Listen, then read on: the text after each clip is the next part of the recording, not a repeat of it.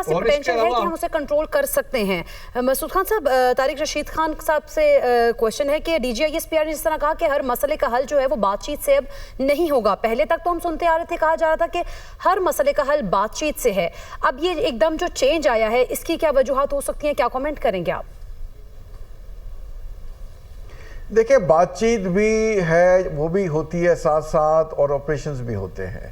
لیکن بات چیت ہمیشہ ہوتا ہے پوزیشن آف ایکویلٹی سے یا پوزیشن آف پریفریبلی اسٹرینتھ سے. جب آپ مضبوط ہوتے ہیں اور آپ کی ایک اچھی پوزیشن ہوتی ہے, پوزیشن آف اسٹرینتھ, تو پھر آپ کا اپوننٹ آپ کی بات زیادہ سنتا ہے. تو لیکن اگر آپ کمزوری سے بات کریں گے تو وہ شاید آپ کی بات نہیں سنے گا. ہمارا جو افغانستان کے ساتھ ایکسپیرینس ہے, جو ہم نے دیکھا ہے, یا تو یہ پیسے کی زبان سمجھتے ہیں اور جو انہیں پیسے دے جو ان سے کرا لے. اب طالبان کی حکومت ہے, جیسے آپ کو پتہ ہے امریکہ ٹرمپ نے بھی مانا کہ بائیڈن ایڈمنسٹریشن ان کو کوائٹلی, اور اسے پتہ چلا کہ $40 ملین پر ہفتے ان کو دے رہی تھی, ان سے بھی لے رہے تھے. یہ انڈیا سے بھی پیسے لے رہے ہیں اور اس کوشش میں ہے کہ پاکستان بھی ان کو پیسے دے, اور پاکستان نے اچھی خاصی وہاں انویسٹمنٹ کیے. دیکھیں وہاں پہ ان کے انفراسٹرکچر میں, ان کو مختلف سیکٹرز میں بلڈنگز بنا کے ان کو دی ہیں وہاں پہ. تو یہ افغانستان کے لوگ, ناٹ میجورٹی, سم اس وقت جو رجیم ہے وہ ایک قسم کی ناشکر گزار ٹائپ ہے, اور باتیں تو کرتی ہے کہ ہم سی پیک کا بھی حصہ بننا چاہتے ہیں اور ہماری سرزمین جو ہے وہ پاکستان کے خلاف استعمال نہیں ہوگی, بٹ اس کے اندر کچھ ایسے ایلیمنٹ ہیں جو بکے ہوئے ہیں. آپ دیکھیں ریسنٹلی بھی امیر ان کے متقی صاحب جو اسسٹنٹ ہیں وزیر خارجہ, وہ انڈیا گئے ہوئے, اور ابھی تصویر ہم نے دیکھی, اور کہ وہاں جا کے ان کو جوائنٹ سیکرٹری جو لیول کے لوگ مل رہے ہیں. ہمارے یہاں آتے ہیں, ہمارے ان سے جو ہے کم از کم لیول جو ہے ہمارے وزیر ان سے ملتے ہیں. انڈیا میں جا رہے ہیں, ابھی کس لیے جا رہے ہیں وہاں بیٹھ کے. اور ہمیں اس وقت جو ہے پاکستان کی جو پوزیشن اللہ تعالیٰ نے پاکستان کو دی ہے, جس میں آپ کے ساتھ دنیا کی تمام طاقتیں جڑ کے کھڑی ہوئی ہیں, اور ایران سے بھی ان کو بھی احساس ہو گیا کہ ہم انہیں جو فیسیلیٹیٹ کرتے رہے اور انہوں نے ہمارے سے غداری کی, ہماری انفارمیشن ہمارے لیڈرشپ کے بارے میں ساری اسرائیل کو پہنچائی, اور انہوں نے درجنوں ہمارے لیڈرز مانے. تو ایران بھی ہمارے ساتھ اس وقت ہے, چائنا تو پہلے ہی ہمارے ساتھ کھڑا ہوا تھا, پھر سینٹرل ایشین اسٹیٹ کے ممالک ہمارے ساتھ ہیں, ان کو سعودی عربیہ سے بھی امداد ملتی رہی, انہیں قطر سے بھی ملی, اور ہمیں ان تمام اپنے دوستوں کو بتانا چاہیے کہ وہ جتنا پریشر ان پہ ڈال سکتے ہیں ڈالیں, اور ہمیں طالبان کی جو حکومت ہے اسے پوزیشن آف اسٹرینتھ سے بات کرنی چاہیے. اگر یہ وہاں پہ جو کیمپس ہیں اگر ان کو یہ ان کا صفایا نہیں کرتے, انہیں کنٹرول کر کے کسی اور دور جگہ پہ نہیں لے جاتے, ہمیں ان کو سٹرائک کرنا چاہیے. پاکستان اس وقت جو ہے دنیا کا مضبوط ترین ملک ہے, ہماری افواج نے پروو کیا ہے کہ وہ دنیا کی بہترین افواج ہے. ہم کہتے ہیں پاکستان کا مطلب کیا ہے, لا الہ الا اللہ. یہ ہم پہ آ کے ہمیں اسلام سکھانا چاہتے ہیں, ہمیں انہیں آڑے ہاتھوں لینا چاہیے اور ان کا تمام بیسس پہ سٹرائک کرنی چاہیے, انہیں ایلیمنیٹ کرنا چاہیے. اور جو صوبائی حکومت ہے کے پی کے اس کو وفاقی حکومت کے ساتھ جڑ کے کھڑا ہونا چاہیے. ہر فرد جو ہے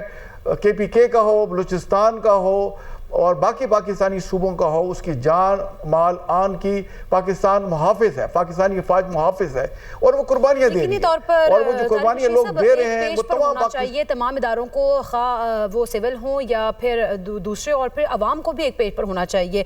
مسعود خان صاحب, جس طرح سے بات کریں پاکستان کی پوزیشن کی, اس ٹائم پاکستان کی پوزیشن انتہائی اسٹرانگ ہے, خاص طور پر آپریشن بنیاد مرصوص کے بعد دیکھیں, اور پھر جس طرح سے تعلقات دوسرے ممالک کے ساتھ پاکستان استوار کر رہا ہے, اور پھر اب جس طرح D G I S P R نے کہا کہ بھارت پر دہشت گردی کی پشت پناہی کی بات کی, پھر ہم فتنہ الہندوستان کی بھی بات سنتے ہیں اور بات کرتے بھی ہیں اس کی کہ پاکستان میں اس کا کتنا ہاتھ ہے. آپ کے خیال میں ان سب باتوں کے بعد انٹرنیشنلی پاکستان کا کتنا امیج سٹرونگ ہوگا مزید, اور بھارت کا امیج کتنا نیگیٹو دیکھ رہے ہیں؟ دیکھیں جی, پاکستان کا امیج تو میرے خیال میں ریسنٹلی اتنا زبردست ہو چکا ہے ود آفٹر مارکے حق اور بنیاد مرصوص کے بعد, اور that is evident from the fact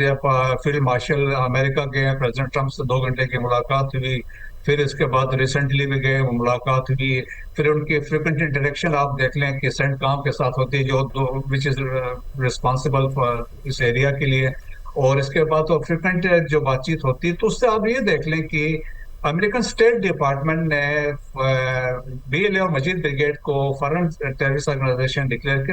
تو بڑی سکسس تھی. پھر انہوں نے یہ بھی کہا کہ ہمارے ساتھ وہ کاؤنٹر ٹیررزم میں وہ کوآپریشن کرنا چاہتے ہیں, اسپیشلی جب ہم نے شریف اللہ کو پکڑ کے دیا ہے آئی ایس کا, تو وہ ہم سے وہ چاہتے ہیں اور دے انڈرسٹینڈ. دیکھیں کہ امریکنز جو ہیں ان میں ابھی یہ کنسنسس ہے. اور اسپیشلی دیکھیں کہ اگر آپ کہیں کہ جو United nation analytics support sanction monitoring team کی ہر سال کی رپورٹ ہے اور لاسٹ ایئر کی رپورٹ میں انہوں نے یہ کہا تھا یہ فتنہ الخوارج جو TTP ہے انہوں نے کہا تھا یہ ایک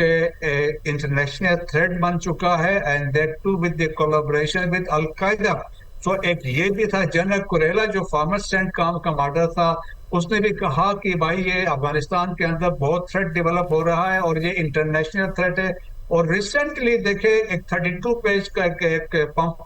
بکلیٹ پبلش کی ڈائریکٹر نیشنل انٹیلیجنس جس میں 18 انٹیلیجنس ایجنسیز نے انپٹ دیا تھا اس میں فتنہ الخارج کا بھی ذکر ہے باقیوں کا بھی ذکر ہے کہ they are threat to world peace. So realization دنیا بھر میں ہے کیونکہ فیوچر میں ابھی آپ دیکھیں 9/11 کے بعد جو افغانستان پہ حملہ ہوا تھا وہ القاعدہ کے اگینسٹ ہوا تھا. آج القاعدہ ہیز ری ایمرج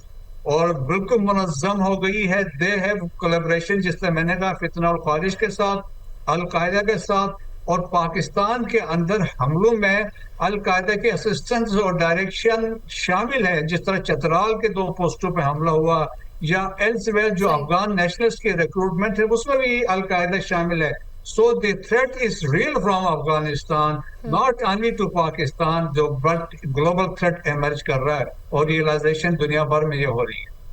بالکل مسعود خان صاحب ساتھ ہی رہیے گا. سمر عباس صاحب پروگرام اینکر دنیا نیوز میں جوائن کیا. سمر عباس صاحب چونکہ آپ اس پریس